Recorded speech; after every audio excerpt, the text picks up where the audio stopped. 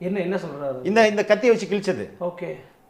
அந்த மேட்டர் அவன் சொல்கிறான். எந்த மீடியா நிறைய எல்லா மீடியாட்டும் நான் பேட்டி கொடுத்துட்டேன் சார், எந்த மீடியாலாம் இந்த விஷயம் வரவே இல்லை சார் அப்படின்றான். அந்த ஆடியோ அந்த ஃபோன் காலையும் அந்த ஆடியோ கேட்டு பார்ப்போம். கத்தி வச்சு கிழிச்சிருந்தாங்கண்ணா. ஓகே. அந்த பையன் வந்து நியூஸ் இல்ல பேட்டி கொடுத்துருந்தாருண்ணா. ஆனா அந்த நியூஸ் எந்த நியூஸுமே வெளியில காட்டவே இல்லைண்ணா. ஓகே. அதுவும் இல்லாம இன்னொன்னுங்கன்னா, ஓகே, நீங்களும் இருந்தீங்களாங்க அண்ணா? நான் கூட்டத்துல கணபதி மிஸ்ஸுக்கு அந்த ஆப்போசிட்ல சென்டர்ல நின்றுட்டு இருந்தேன் நான் கூட்டத்துல. சரி, இப்ப கத்தியால கிழிச்சதெல்லாம் யாரு?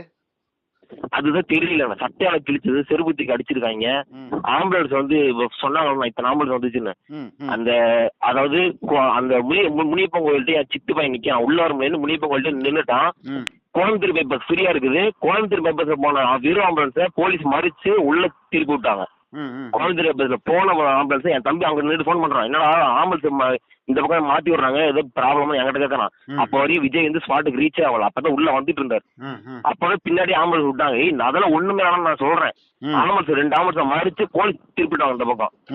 அதுக்கா ஆனா அவங்க ஆம்புலன்ஸ் அவ்வளவு அர்ஜென்ட். கோயம்புத்தூர் பைபாஸ் போனா ரெட்டிப்பாளையம் பிரிவுல உள்ள வந்துருந்தா நேரம் போயிருக்கலாம். ஃப்ரீ ரோடு தான், அந்த பக்கம் யாருமே இல்ல. வேணும்னே கூட்டத்துக்குள்ள 2 ஆம்புலன்ஸ் அது போலீஸ்காரங்க தான் மறிச்சு திருப்பினாங்க. என் தம்பி கண்ணால பாத்துருக்கான். மூணாவதுங்கன்னா கரெக்டா யாரும் தெரியல, ஒரு அம்மா வண்டி அந்த கூட்டத்துல எல்லாம் விழுகும் போது ஒரு அம்மா மேல ஒரு வண்டி விழுந்துருச்சு. ஒரு பையனை தூக்க சொன்னதுக்கு அது மேல கால வச்சு ஏறிட்டு அவன் பாட்டு கூடுறான். நான் தூக்குடா அது கால வச்சு ஏறி நின்றுட்டு ஒரு அமுத்திட்டு போனான் அவன். அவன் இந்த பையன் யாருன்னு தெரியல. நான் ஆளு வந்து தமிழ்நாடு பையன் நான் பாத்திருக்கேன். ஆனா பேரு என்ன எதுவுமே தெரியல. எந்த பக்கம் ஒண்ணா சரவணா மெஸ்ன்னு, அதே கணபதி மெஸ் ஆப்போசிட்ல ஒரு சரவணா மெஸ் ஒரு இது இருக்கு பேக்கரி. ஆமா, ஸ்கூட்டி, அதாவது ஒரு அம்மா விழுந்துட்டாங்க, மேல ஸ்கூட்டி விழுந்துருச்சு. எல்லாரும் தூக்கு பாக்குறாங்க. அவன் அந்த ஸ்கூட்டி மேல ஏறிட்டு ஓடுறான். இவ்வளவு விஷயம் நடக்குது.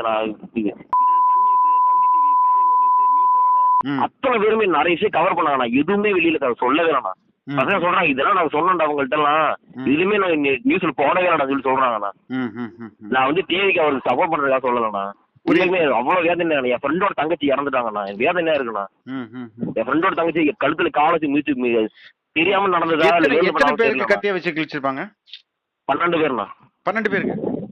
12 பேருண்ணா கத்தி வச்சு கிழிச்சிருக்காங்க. 12 பேருக்கு. அவங்க எல்லாம் ஹாஸ்பிட்டல் போனாங்களா? ரொம்ப அதாவது சின்ன சின்ன காயம் தானா, ஆனா கத்தி வச்சு கிழிச்சு விடணும். காயம் பண்ணி சின்ன சின்ன காயம் தான். எங்க கிழிச்சிருக்காங்க? முதுகுலையா, கையிலயா? முதுகுல, தோள்பட்டையில, பின்னாடி கையில கத்தி வச்சு கிழிச்சிருக்காங்கண்ணா. ஆனா என்னன்னா கூட்டமா இருக்குதுண்ணா. விஜய் பார்க்க வர ஏன்னா கத்தி எடுத்துட்டு வரணும் கூட்டத்துக்கு. அதுக்கப்புறம் பெங்களூர்ல இருந்து ஒருத்தர் வந்தார். பெங்களூர்ல இருந்து இங்க வந்திருக்கிறாரு. அவர் ஒரு டிரைவர். இங்கேருந்து போயிட்டு சம்பவம் என் நம்பர் எடுத்து அவர் ஃபோன் பண்ணி சொன்னார், சார்